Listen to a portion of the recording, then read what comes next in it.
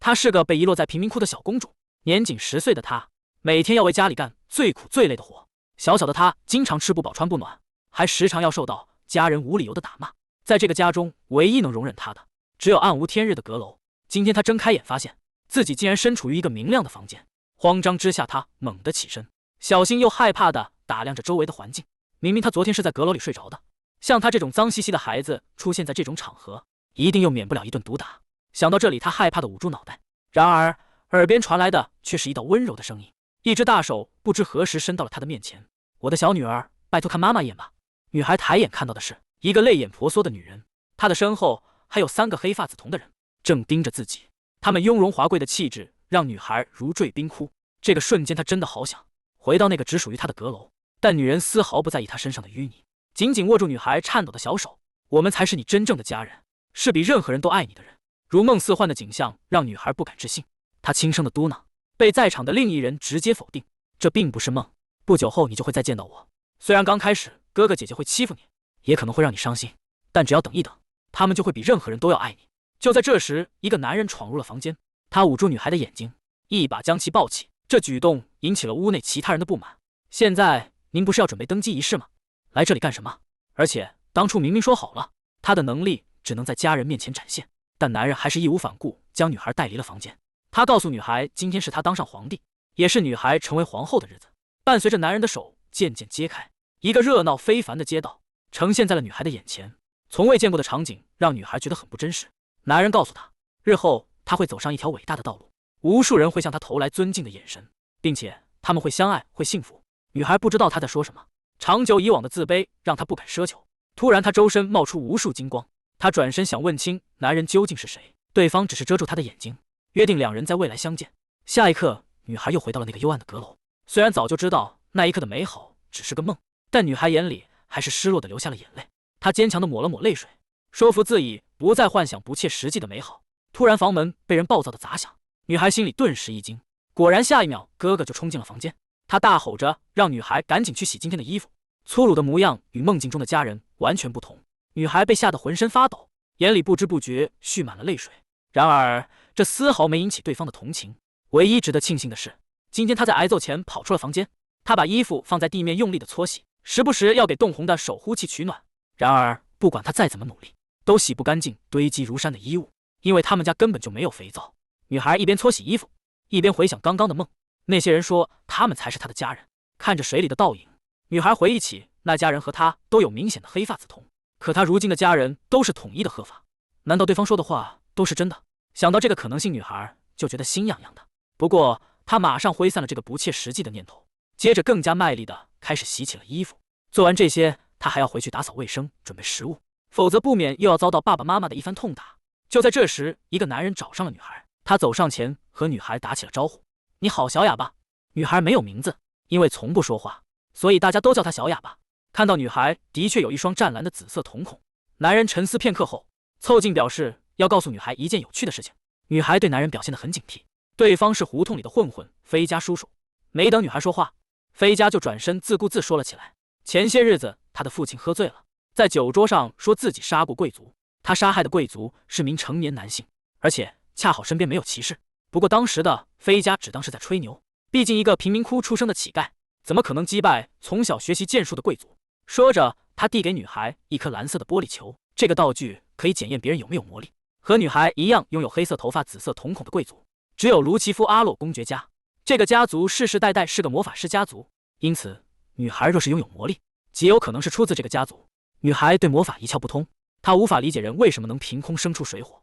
见女孩没有反应，飞家也很着急，他想教，可自己也没见过魔法。突然他想起一句话，魔法就是一种很强烈的愿望。他询问女孩希望水晶球变成什么颜色，女孩下意识想到的就是代表梦中那一家人的紫色。下一刻，他手心的玻璃球迸发出了无比耀眼的紫光。飞家喜极而泣，只要将这个孩子送回卢奇夫阿洛公爵家，他一定可以发一笔横财。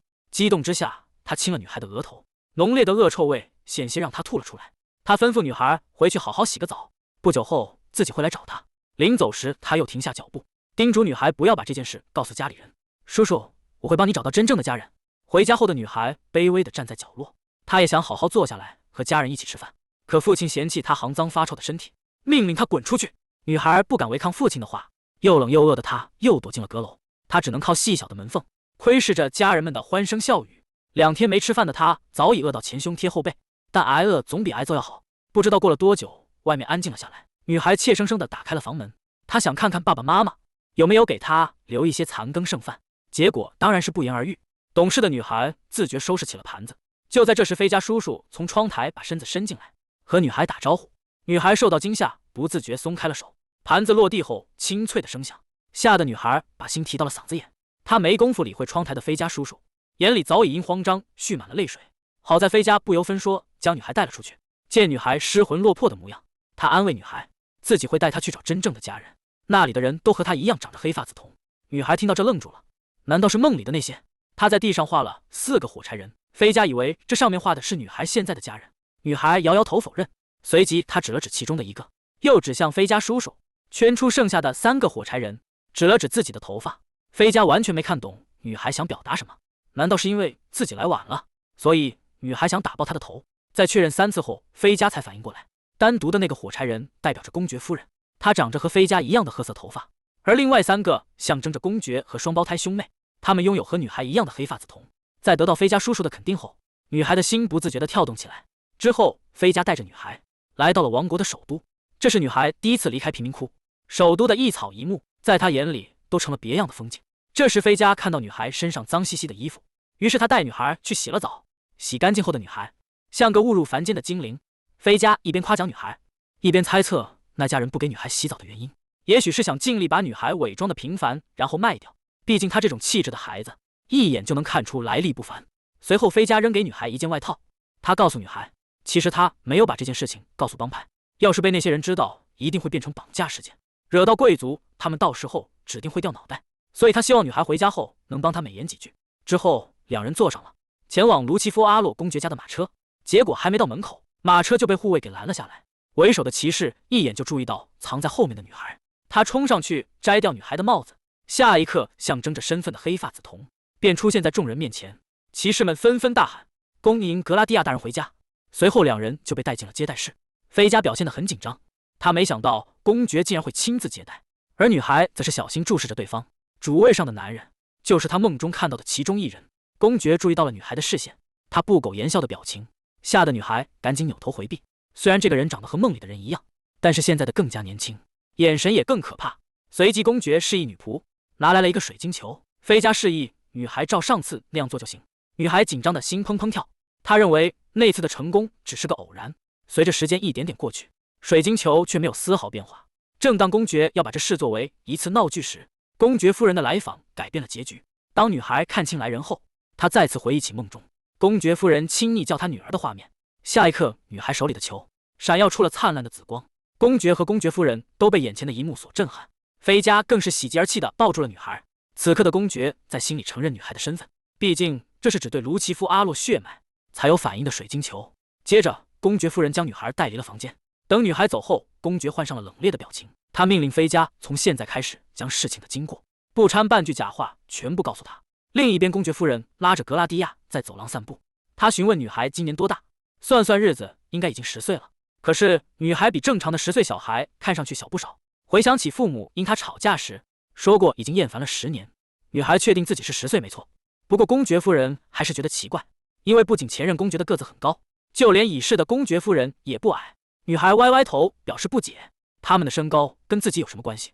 公爵夫人看出了她的疑惑，温柔地摸了摸格拉蒂亚的脑袋，解释前公爵才是她的父亲，而现在的公爵是她的叔叔。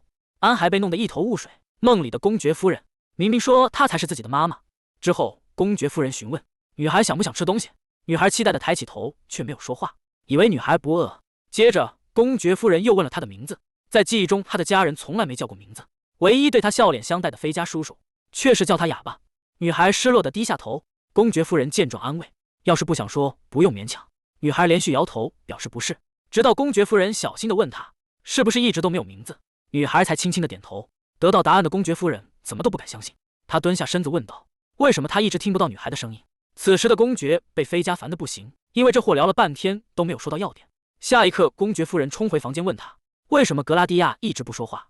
在公爵严肃的眼神威胁下，飞家说起了女孩的家世。其实最开始女孩是会说话的，但因为家里长期对他实施虐待，从某一个瞬间开始，他就再也没说过话。与此同时，格拉蒂亚正在别的房间等候，他心里很是迷茫，不知道该做些什么，拘谨地坐在椅子上眺望远方。就在这时，管家推门而入，他一边自我介绍，一边帮格拉蒂亚泡好茶水。在察觉到女孩在看他的眼色，管家笑着让女孩不要担心，在这个家里，如果不愿意，没人可以碰您。其实他第一次看到女孩就知道了，毕竟格拉蒂亚刚出生的样子，他还历历在目。紧接着，他告诉女孩1周前家里发生的事。当时有一个戴着假面的女人找上了这里，他递给守卫一个袋子，虽然对方形迹可疑，但完全感受不到危险，甚至还觉得有些熟悉。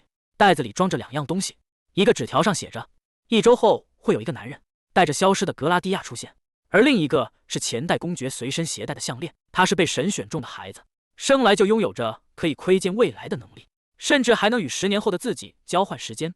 在未来，他是受人敬仰的魔法骑士，可如今的他却被人虐待折磨了整整10年，每天被强迫做家里最苦最累的活，还时常要忍受家人无理由的殴打与谩骂。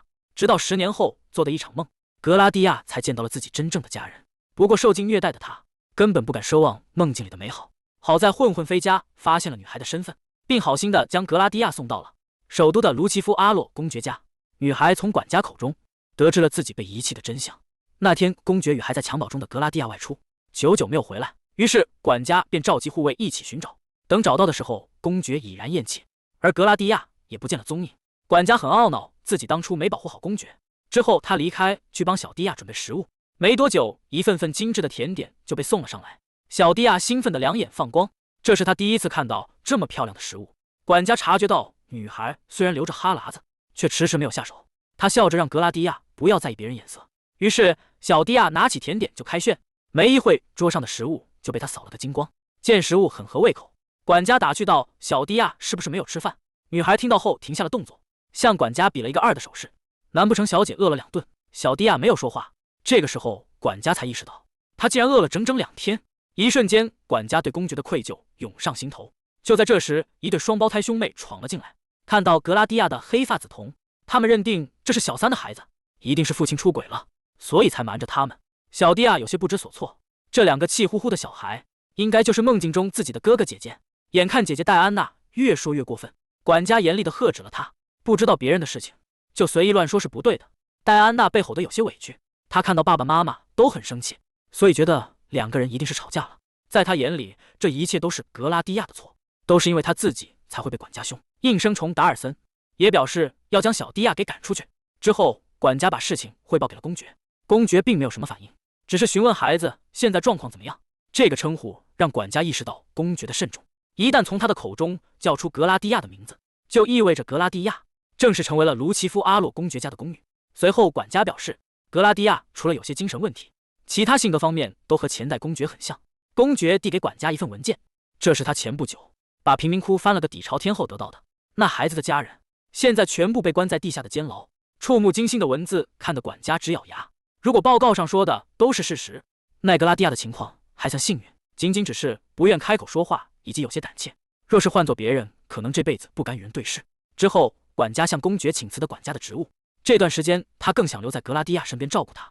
第2天，小蒂亚在松松软软的大床上醒来，眼前的一切都美好的让他不敢相信。除了昨天发生的小插曲，自己好像被哥哥姐姐讨厌了。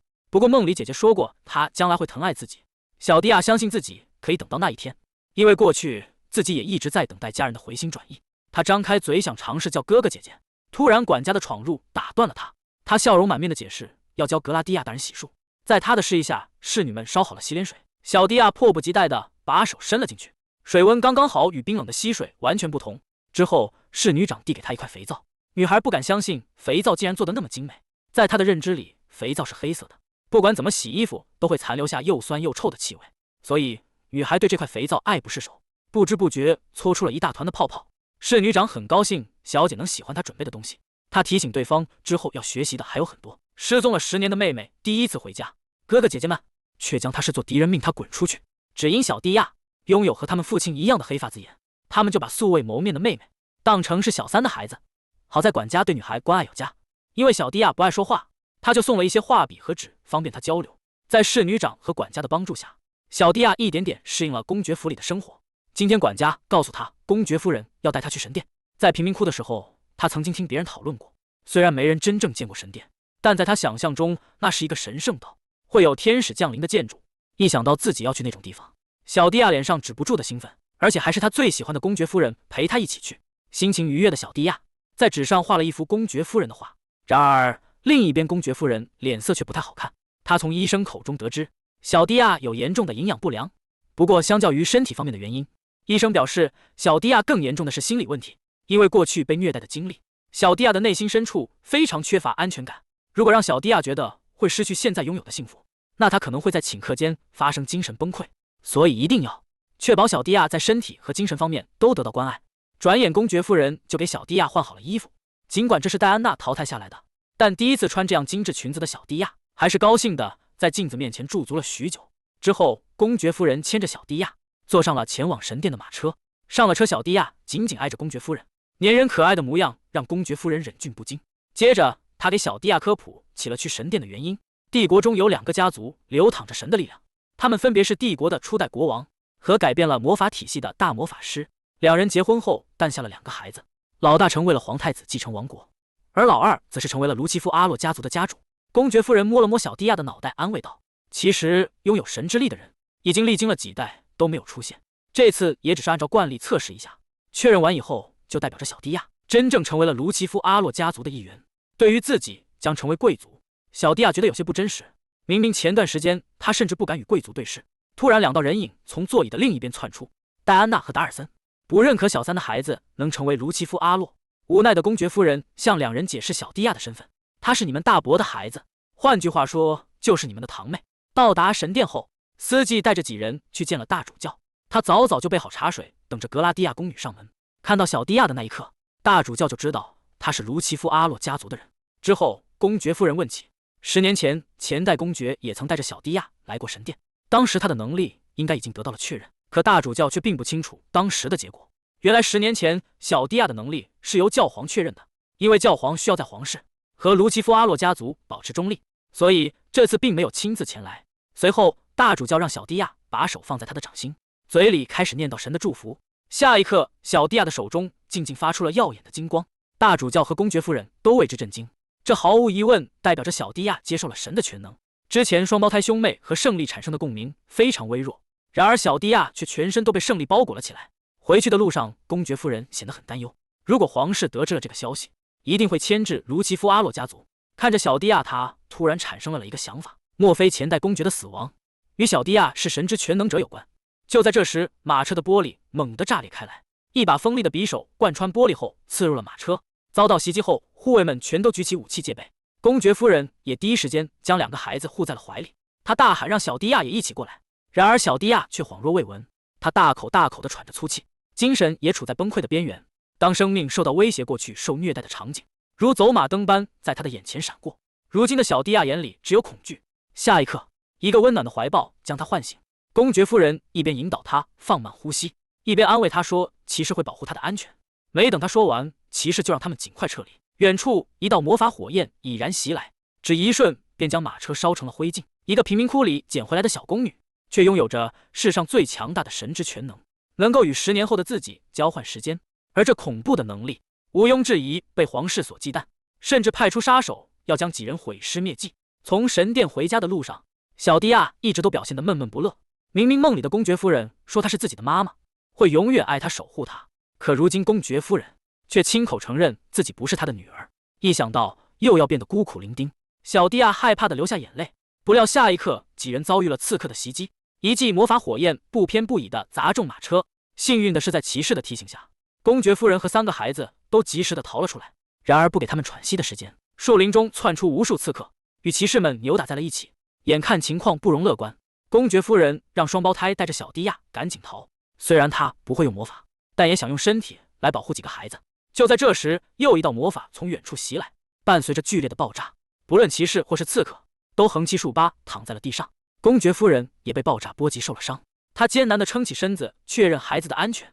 然而眼前的一幕让她的心整个揪起。一名魔法师正朝着不远处的小蒂亚缓缓走来，害怕的小蒂亚一步一步朝公爵夫人爬去。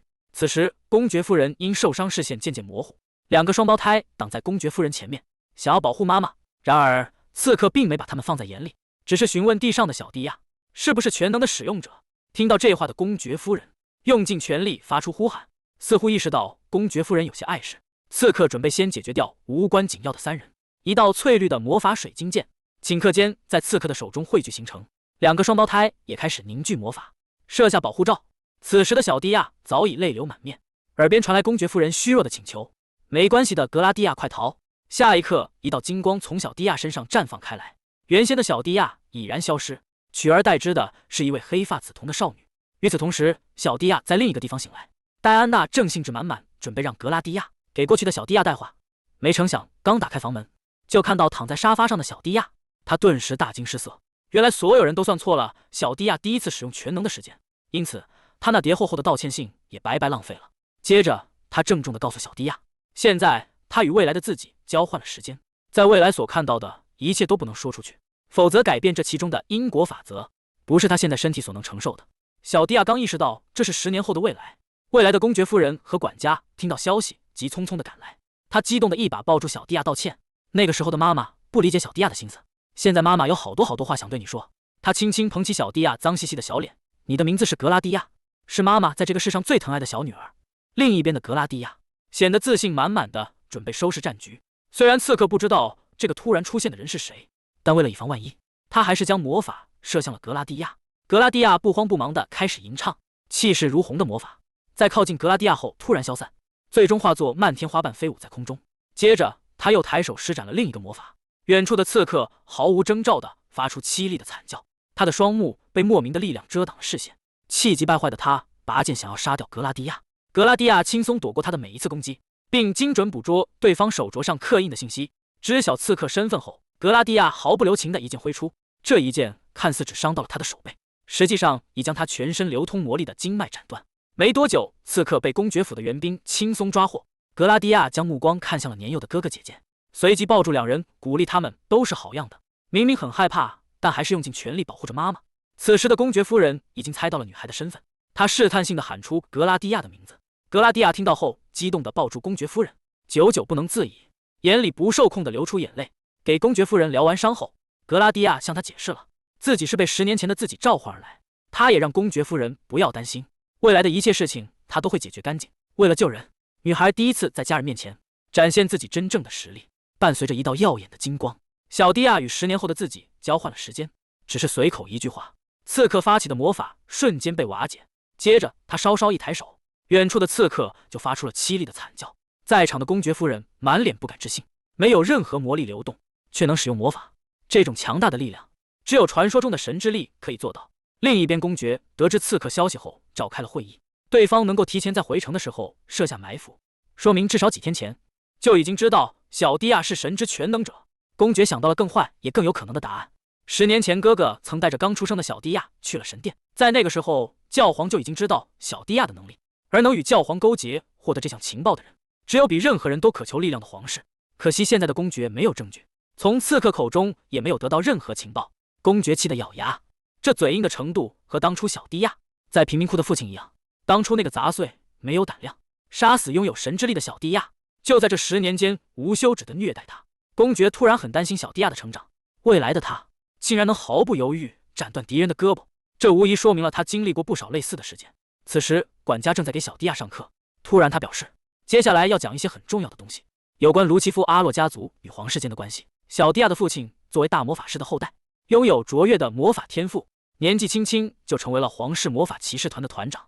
而公爵大人过去就是个无业游民，既不能从政也不能经商的他，梦想就是和妻子孩子一起悠闲自在的过日子。因为卢奇夫阿洛不仅有着和皇室一样的血脉，而且还拥有着神之力，所以卢奇夫阿洛手中不能握有权力。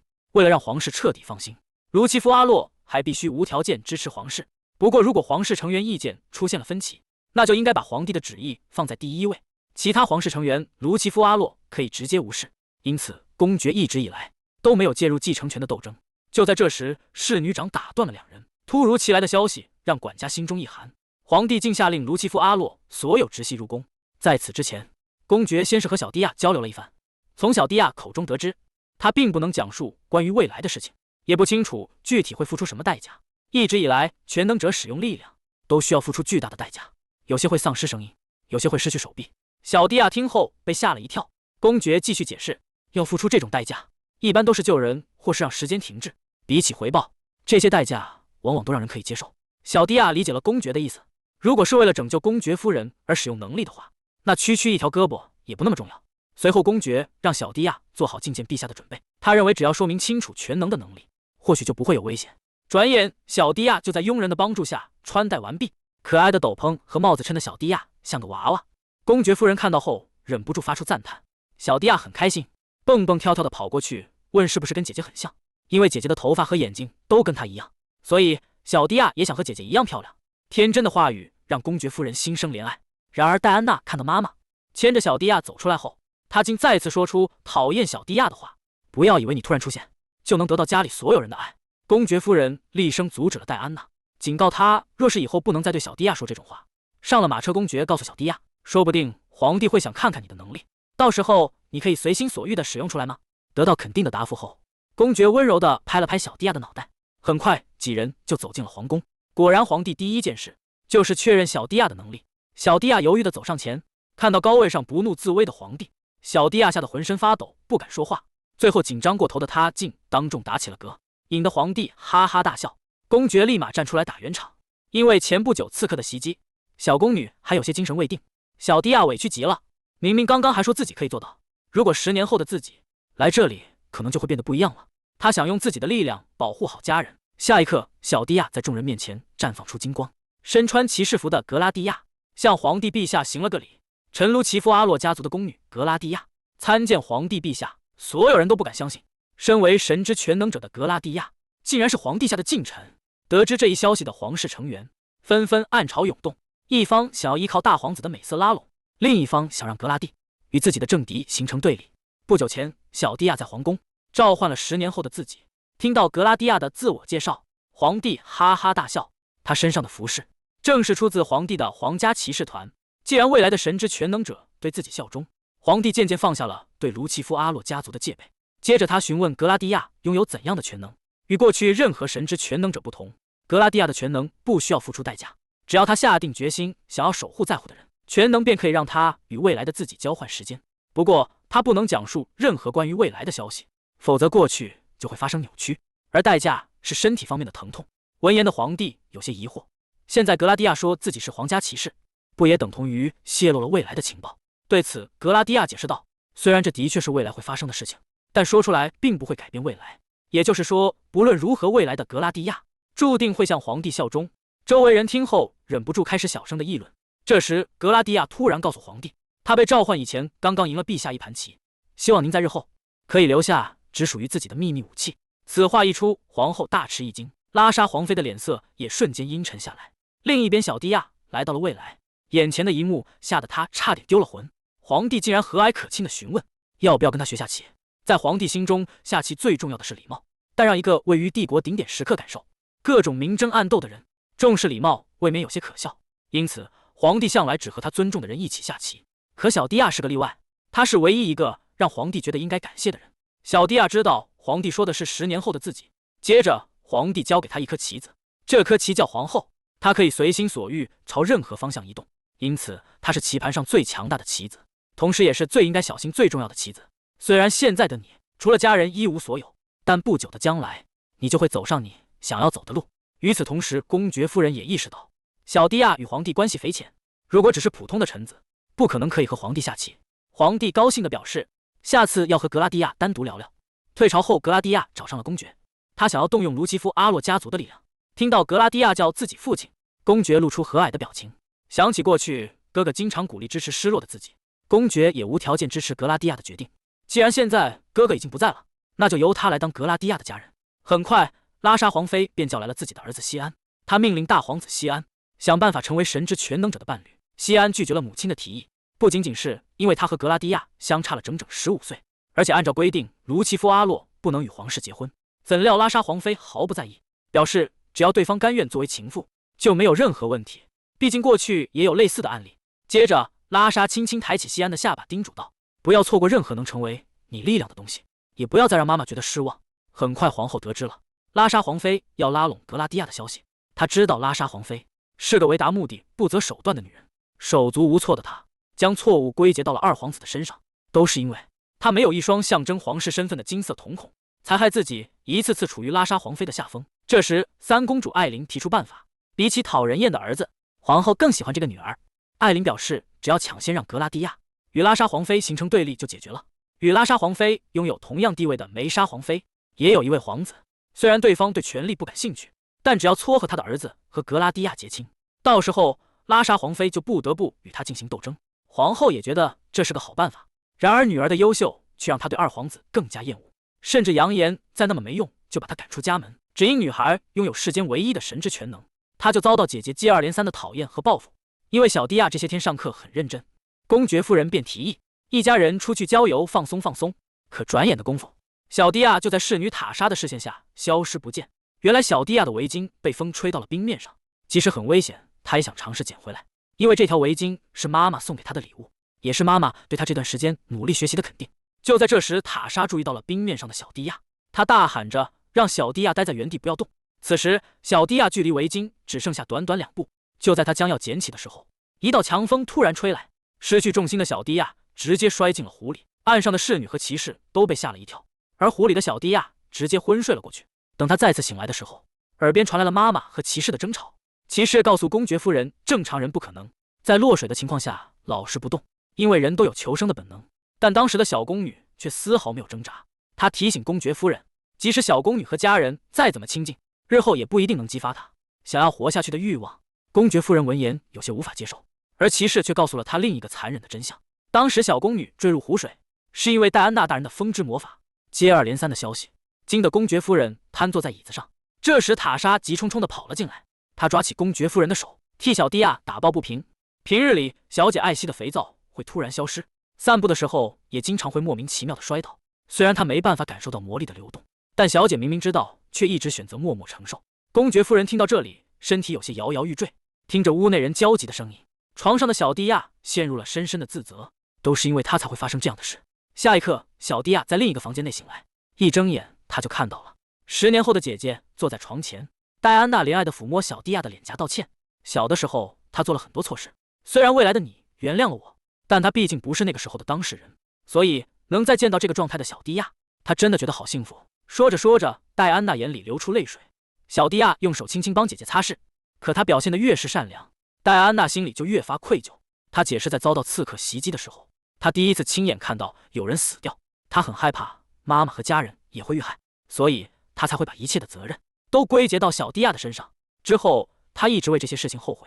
她懊恼为什么没及时了解小迪亚受过的伤，为什么在妹妹需要自己的时候落井下石，为什么自己没有对妹妹更加宠爱。听到小迪亚原谅了自己，戴安娜紧紧抱住妹妹，久久不能自已。她发誓自己会成为世上最爱妹妹的人。与此同时，一道刺眼金光将戴安娜唤醒，看到是未来的格拉蒂亚在和自己打招呼。戴安娜吓得口吐白沫。不等戴安娜同意，格拉蒂亚一屁股坐在她的床上。戴安娜不满地让格拉蒂亚回到10年后去。她不承认自己是格拉蒂亚的姐姐，也不喜欢这个突然出现的妹妹，但格拉蒂亚却说自己喜欢姐姐，因为姐姐在她心里是个很勇敢的人。就算现在讨厌我也没关系，将来也不要觉得抱歉。如果我想姐姐的话，会偶尔来看你的。临走前，她表示自己留了礼物。戴安娜觉得有些莫名其妙，怎料下一刻，昏暗的房间被一束束金光点亮，方才嘴硬的戴安娜心也渐渐柔软了下来。另一边，公爵夫人向公爵哭诉孩子间发生的事情。她原本也不相信戴安娜会使用魔法欺负别人，可刚刚戴安娜不仅将欺负小迪亚的经过说了出来，还劝说达尔森也一起加入。突然一声妈妈打断了两人的对话，格拉蒂亚冲进公爵夫人的怀里，蹭了又蹭。公爵夫人告诉格拉蒂亚，如果戴安娜以后还讨厌你，希望你能毫不犹豫地说出来。格拉蒂亚让妈妈不用担心，因为姐姐说过她是这个世上最爱她的人，姐姐只不过是害怕妈妈会因她而死掉才做了这些事。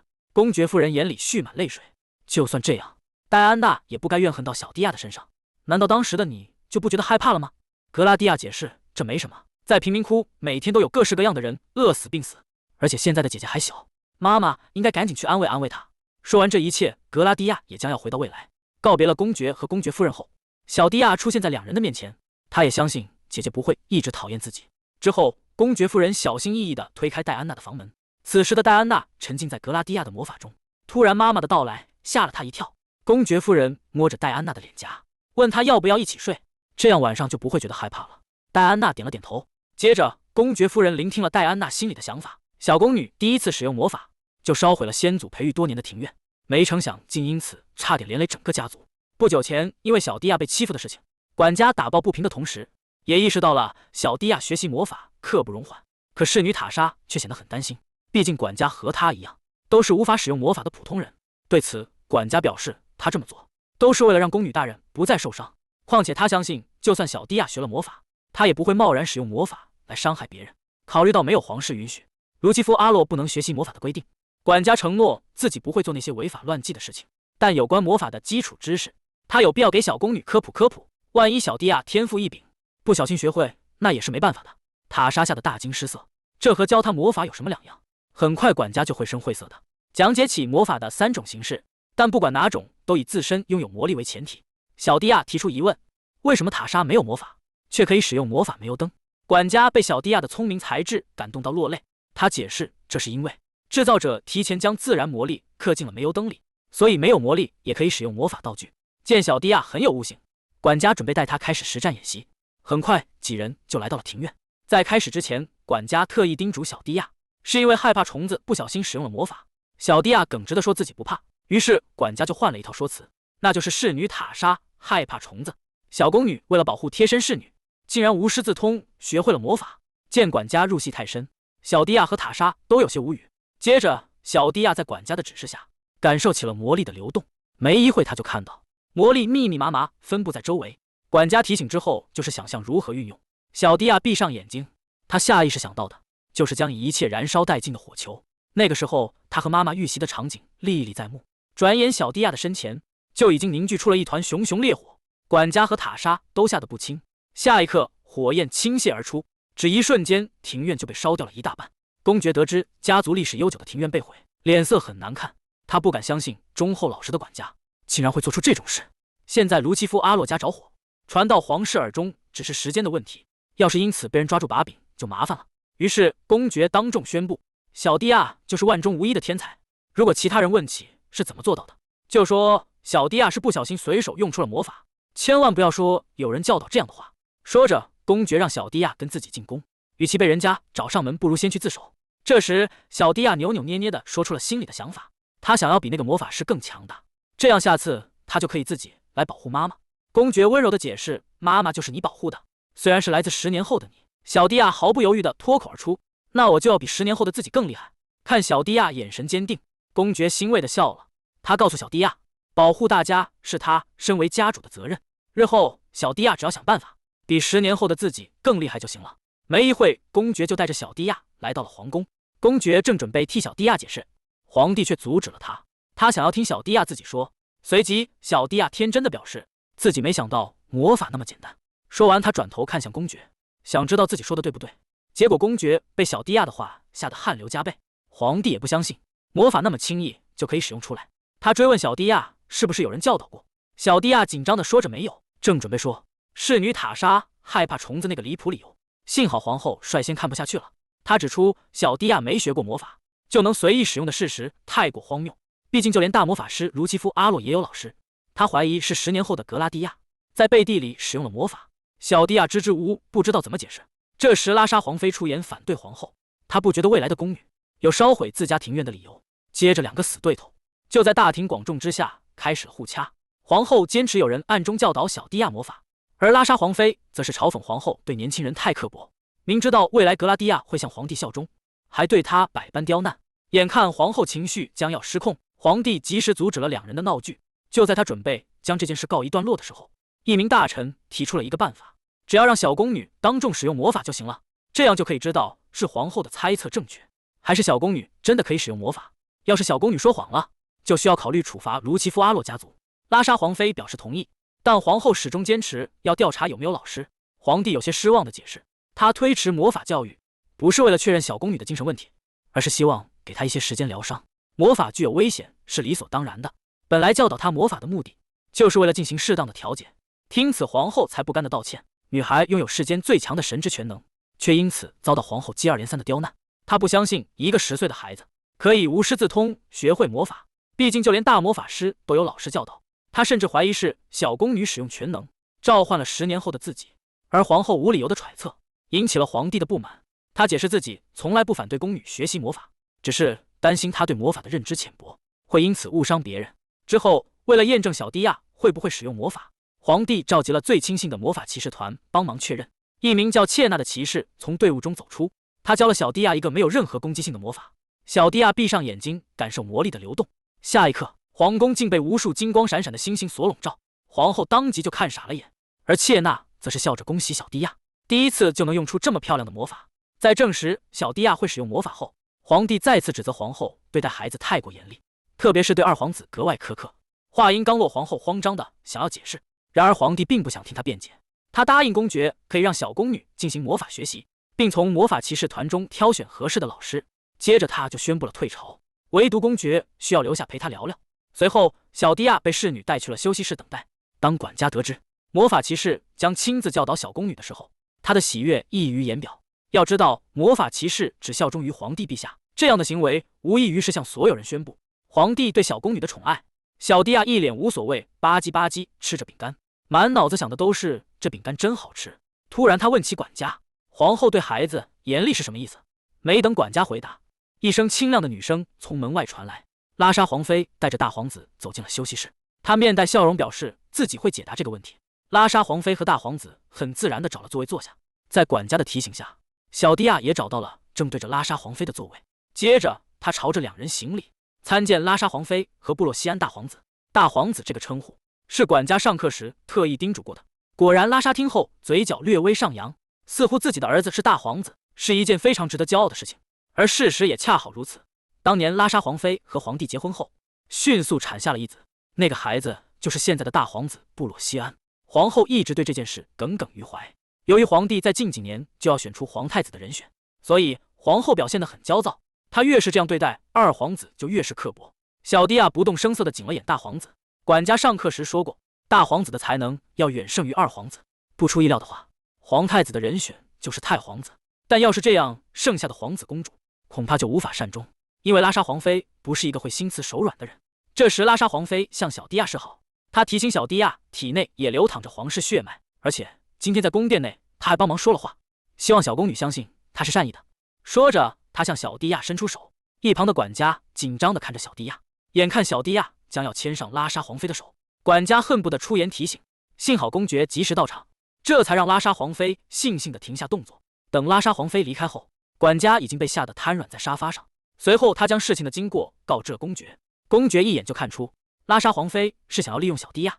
管家也劝小宫女不要对拉莎皇妃心存感激，皇宫中的大部分人接近你都是为了利益。不久前，公爵向皇帝表明了不希望小迪亚参与皇室斗争。他埋怨为什么要让小迪亚在所有人面前得到宠爱，可皇帝却表示这件事小迪亚没法置身事外，无数人在背地里觊觎着他的神之全能，更何况当初是格拉迪亚率先向他表明了忠心。回想起小迪亚曾说要比未来的自己更厉害，公爵也意识到未来小迪亚的命运并不平坦。而这时，皇帝才讲起单独叫公爵来的目的，因为小迪亚已经被其他国家的人盯上了，拥有窥视未来能力的神之少女，第一次向父母坦诚了未来所看到的场景。当得知小迪亚日后会成为皇后时，管家当场绷不住，被吓掉了颜色。不久前，小迪亚从皇宫回家，迫不及待地扑进公爵夫人的怀里撒娇。他一脸兴奋地说着，皇帝已经同意他学习魔法。可看到公爵一脸严肃的表情，公爵夫人立马意识到皇宫之行并不是一帆风顺。之后，公爵让两人一起去房间详谈，虽然还想再撒会娇，但小迪亚还是乖乖答应下来。公爵开门见山说出了邻国王子想见小迪亚的事情，因为很好奇魔法以外的力量，所以他希望这次贸易条款的修订可以带上小迪亚。这时，管家注意到小迪亚听得云里雾里，于是解释起贸易条款的由来。这是帝国与王国之间缔结的贸易协定，每隔10年，两国会轮流派出使者前往对方首都签订协议，而这次恰好轮到帝国拜访王国。公爵总觉得对方故意提出这种要求另有目的，因为如果他拒绝这个要求，那在贸易上帝国毫无疑问会处于下风。尽管那名王子只有14岁，但考虑到对方是王国的下一任继承人，公爵夫人也不禁担心起来。幸运的是，皇帝为了保护小迪亚的安全，刻意派遣了皇室亲卫队一同前往。不过选择哪位皇子作为使团的代表还没决定，若是偏向二皇子，会让皇室斗争更加激烈，而如果选择大皇子，则是更加肯定了他如今的地位。但这些对公爵一家来说都不重要，只要可以让小迪亚平平安安，那就足够了。这时，小迪亚提到，在皇宫中，萨娜阿姨帮助过他。他在所有人都吵得不可开交的时候，提出了对小迪亚最有利的办法。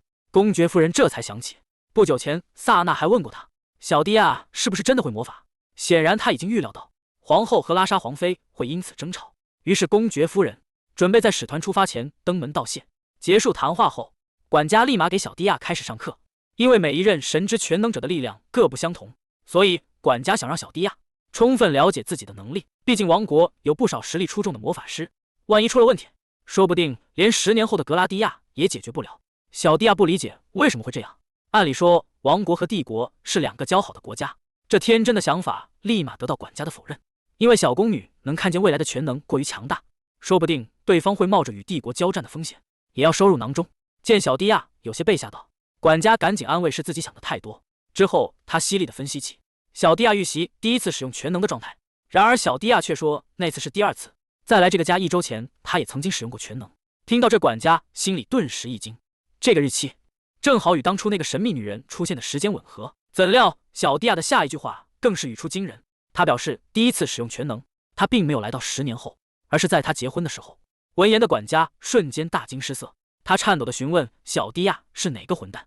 小迪亚不知道自己说出来会不会改变未来，但他也不想对家人有所隐瞒，于是他将自己的所见全部告诉了管家。当听到小迪亚日后会成为皇后，塔莎有些难以置信，而管家则是急冲冲地跑出房间。不一会，听到消息的公爵和公爵夫人一同赶来，他们想知道未来小迪亚究竟发生了什么。此时管家已经猜到了小迪亚全能的真相。以往的资料显示，全能者具体拥有哪些全能，取决于他们的欲望。例如，能够让时间停止的全能者，第1次展现能力是在父亲去世的那天。拥有治愈能力的全能者，身边一般都有一个病重的亲人。而小迪亚或许是因为长期遭受残酷的虐待，所以全能带他去往了他最幸福的未来。公爵夫人瞥见身旁害羞的小迪亚，亲切地摸了摸他的脑袋，确认当时他看到的究竟是不是幸福的未来。小迪亚毫不犹豫地答应。那个时候，不管爸爸妈妈还是哥哥姐姐，都说过很爱自己。公爵夫人听后一脸的怜爱，这就是小迪亚会来这里的原因吗？家人们终于意识到小宫女全能的真相。因为过去饱受虐待的悲惨命运，小迪亚最大的愿望就是能看到幸福的未来，所以她的全能才会如此特殊，可以与10年后的自己交换时间。之后，小迪亚为了变强，每天早上都和管家一起晨跑锻炼。虽然对于10岁的小迪亚来说有点辛苦，但她还是竭尽所能坚持了下来。运动完后，小迪亚咕咚咕咚大口喝水，而管家则是告诉他，下午公爵夫人要带他去见萨娜。听说萨娜是八皇子的母亲，不过小迪亚却对八皇子没太大印象，毕竟几次进宫，布洛西安大皇子都更加引人注目。提到皇子，管家脸色顿时变得阴森。格拉蒂亚大人未来是皇后的话，难道是那些相差好几岁的皇子们偷走了他的小迪亚？想到这，管家有些情绪失控。趁着管家发疯的期间，小迪亚一个人逛起了庭院。突然看到不远处的哥哥姐姐，小迪亚兴奋地跑过去和2人打招呼。与小迪亚的热情截然相反，戴安娜看见来人表现得一脸嫌弃，最后更是直接转身离开。埃尔斯歉意地看了眼小迪亚，而后朝戴安娜追去，留下小迪亚一人委屈地站在原地。管家赶来时恰巧目睹了全部过程，他安慰小迪亚以后会好起来的，毕竟未来的戴安娜跟您约好了。听此，小迪亚重新振作，恢复了斗志，转身投入新一轮的锻炼。可看着小迪亚跑步的样子，管家知道他心里并没有完全释怀，只是故意表现得很坚强。下午，公爵夫人带着小迪亚前往皇宫，他表示这次说不定会见到八皇子殿下，正好小迪亚和他年龄相仿，说不定会成为朋友。很快，马车到达了目的地，然而从车上下来的却是10年后的格拉蒂亚。在场的护卫侍女全都吃了一惊。萨娜的贴身侍女瑞秋小心地试探：“请问我应该称呼您为爵士吗？”格拉蒂亚欣然接受。接着，2人被带进了休息室。看到格拉蒂亚的那一刻，萨娜脸上满是惊讶。互相问候一番后，格拉蒂亚尴尬解释：“现在的小迪亚还不能很好的控制全能的使用，所以时不时他就会被召唤过来。”萨娜正要邀请2人坐下，突然想起自己遗忘了宝贝儿子，向公爵夫人和格拉蒂亚介绍起纳西里特。格拉蒂亚规规矩矩地朝八皇子行礼，萨娜让儿子也打个招呼。怎料金毛小人还是一言不发。格拉蒂亚丝毫不在意，还称赞纳西里特虽然现在看起来矮小，但以后骨骼发育得很不错，会长得跟2皇子一样高。这对萨娜来说无疑是一个好消息，因为纳西里特比同龄人矮小，他一直很担心。说着，他邀请几人去庭院坐坐，而格拉蒂亚也用委婉的方式，尽量透露着未来的信息。当萨纳说道希望儿子能多交些朋友的时候，格拉蒂亚表现得有些尴尬。看到这反应，萨纳不得不接受现实。之后，公爵夫人和萨纳交流起育儿心得，而格拉蒂亚则是打趣起纳西里特：“您知道现在你有多么小只，多么可爱吗？”纳西里特闻言，终于有了反应。格拉蒂亚赶紧伸出右手示意他看自己的掌心，这上面的指甲印体现了他上夜般的愤怒，是他这个没权没势部下没碗不干的证明。纳西里特不明白这个癫婆在说什么，可当听到格拉蒂亚嘲笑他柔弱不是他对手的时候，纳西利特的眼神瞬间变得凶厉。他刚要找格拉蒂亚的麻烦，下一刻对方的身上闪耀出金光。小蒂亚与格拉蒂亚各自回到了自己的时间。公爵夫人问小蒂亚去了哪里，小蒂亚兴奋地说自己吃了好多甜点，他不知道自己在什么地方，只记得有个叫瑞秋的人对他很好，还给他准备了好多吃的。说罢，几人纷纷将目光看向不远处的侍女瑞秋。瑞秋紧张地摆摆手，表示自己什么都不知道。小蒂亚这边还在回味刚刚的甜点，一抬头就看到一个气呼呼的男孩瞪着自己。虽然在格拉蒂亚眼里那西里特毫无威胁，但小蒂亚却被对方的眼神吓得不轻。回去的路上，公爵夫人叮嘱以后不能再说未来的事。小蒂亚说自己没事，但公爵夫人还是担心他会受伤。她很希望小蒂亚的世界永远充满美好，可这样的性格说不定会遭到有心之人的利用。这时，公爵夫人又问起和八皇子相处的怎么样，对方凶狠的眼神瞬间涌上心头。小蒂亚害怕地说自己应该是被讨厌了，公爵夫人只好答应以后两人少见面。不久后，公爵收到了皇帝的亲笔信，最终皇帝还是选择大皇子作为使团的代表。这个消息让公爵夫人松了口气，毕竟大皇子对小蒂亚比较友善，若是二皇子去的话，可能会相处的比较困难。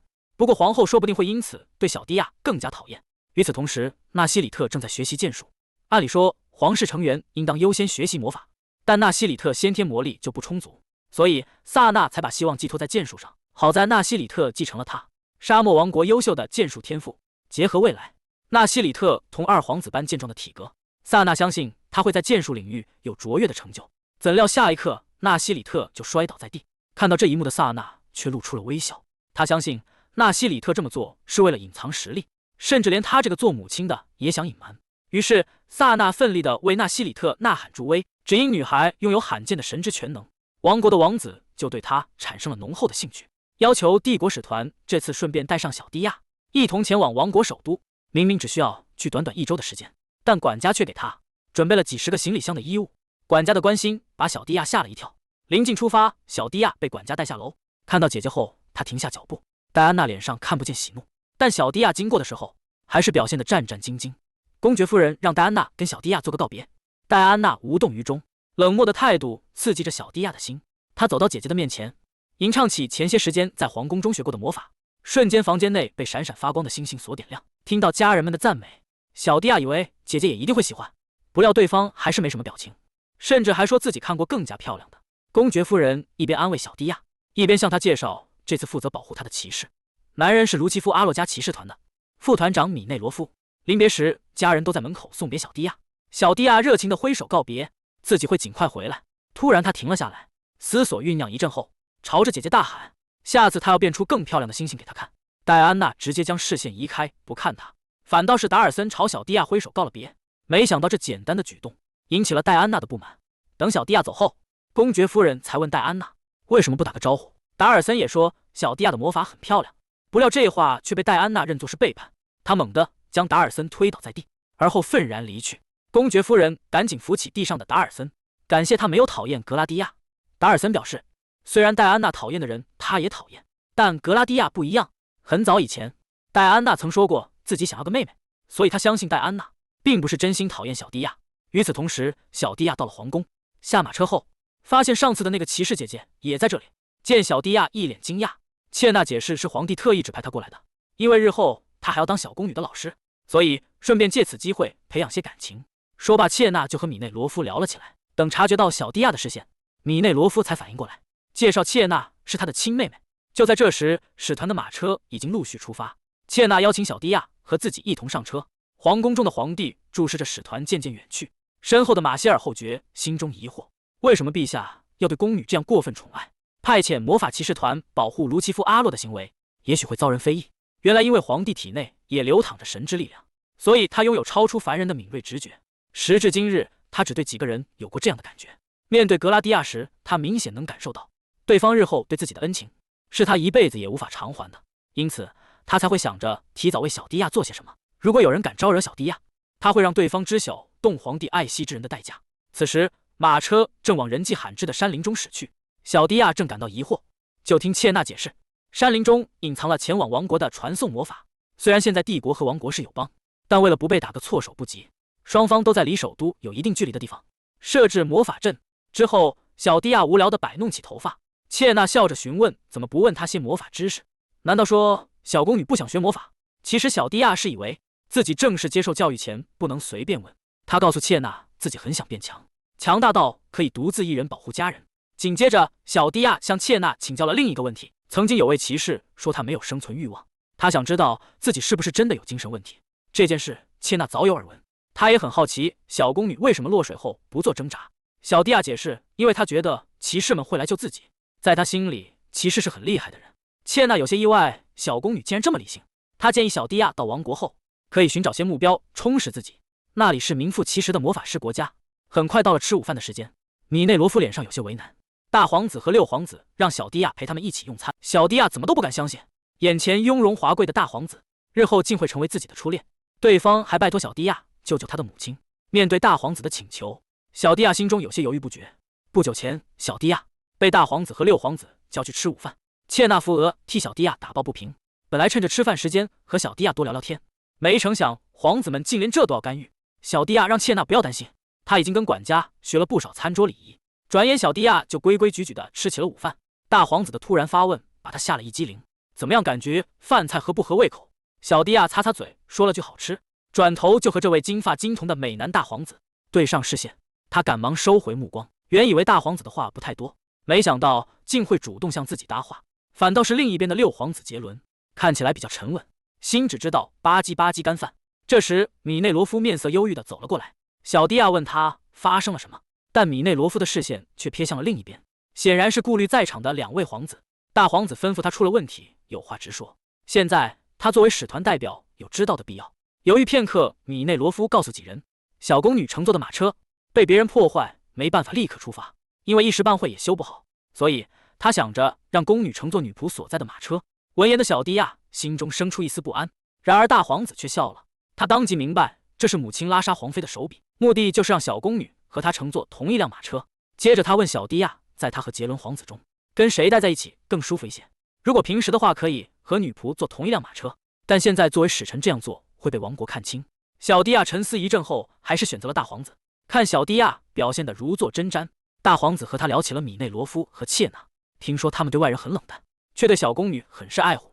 小迪亚猜测大皇子记错了人，明明他们两个都是很好很温柔的人才对。